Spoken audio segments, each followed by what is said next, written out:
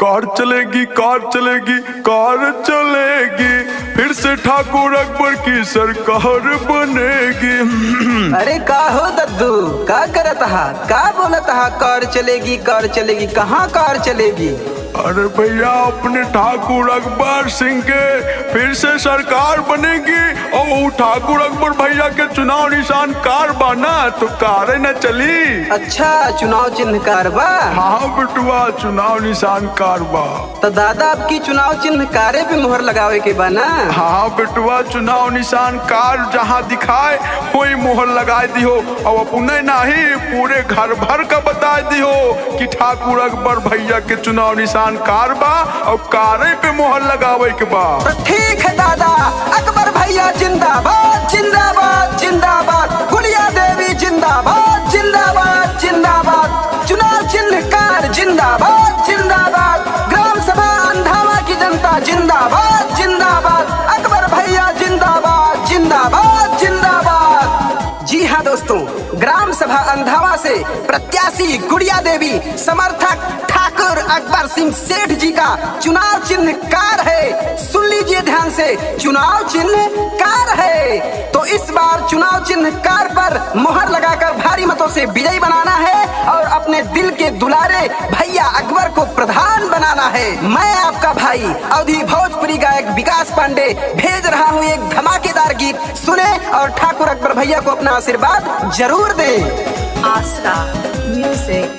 सुना सुना काका दादा अकबर भैया के जीता दा, सुना सुना काका दादा ठाकुर अकबर के जीता दा, प्रधानी वाला चुनाव चमन कई दे हैं हो गाँव गाँव, चमन कई दे हैं हो गाँव गाँव। और दोस्तों जब से अकबर भैया प्रधान बने हैं तब से लगातार कुछ न कुछ नया करने की कोशिश करते हैं। ग्राम सभा अंधावा में नई नई योजनाओं को लाने का प्रयास करते हैं और यदि इस बार फिर से आप सभी अपना आशीर्वाद दिए, कार वाले चुनाव चिन्ह पर मोहर लगाकर प्रधान बनाया तो इस बार फिर से अंधावा लहलहाएगा। जो हम गरीबों के हक को लड़े, मुश्किल में कतई न पीछे हटे। जो हम गरीबों के हक को लड़े, मुश्किल में कतई न पीछे हटे। ये किसान का बेटा हम गरीबों का नेता, करे लगेला विरोधिया म्याऊं, चमन कई दे हैं हो गाँव गाँव, चमन कई दे हैं हो गाँव गाँव, चमन कई दे हैं हो। कार पे मोहर लगाना है, अकबर भैया को जिताना है, कार पे मोहर लगाना है, अकबर भैया को जिताना है, कार पे मोहर लगाना है, अकबर भैया को जिताना है, कार पे मोहर लगाना है, अकबर भैया को जिताना है।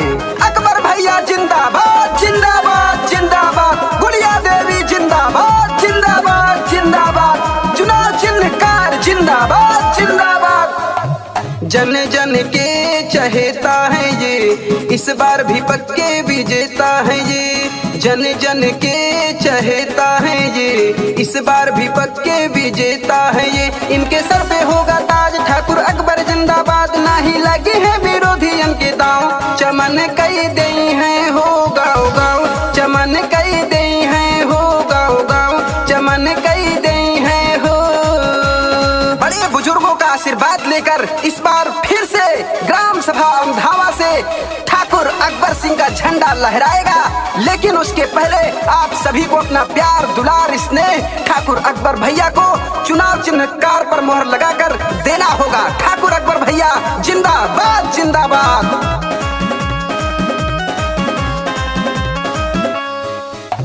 बड़े बुजुर्गों का समर्थन मिला, जो साथ में लेके सबको चला।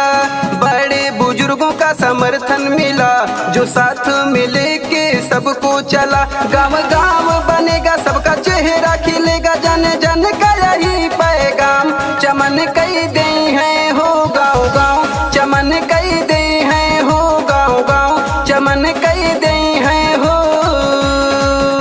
ए भाई कार पे मोहर लगा दो, अकबर भैया को जिता दो। ए चाचा कार पे मोहर लगा दो, अकबर भैया की जिता दो। ए दादा कार पे मोहर लगा दो, अकबर भैया को जिता दो। ए भाभी कार पे मोहर लगा दो, अकबर भैया की जिता दो, अकबर भैया की जिता दो। फिर कार पे मोहर लगा दो, फिर कार पे मोहर लगा दो, अकबर भैया को जिता दो।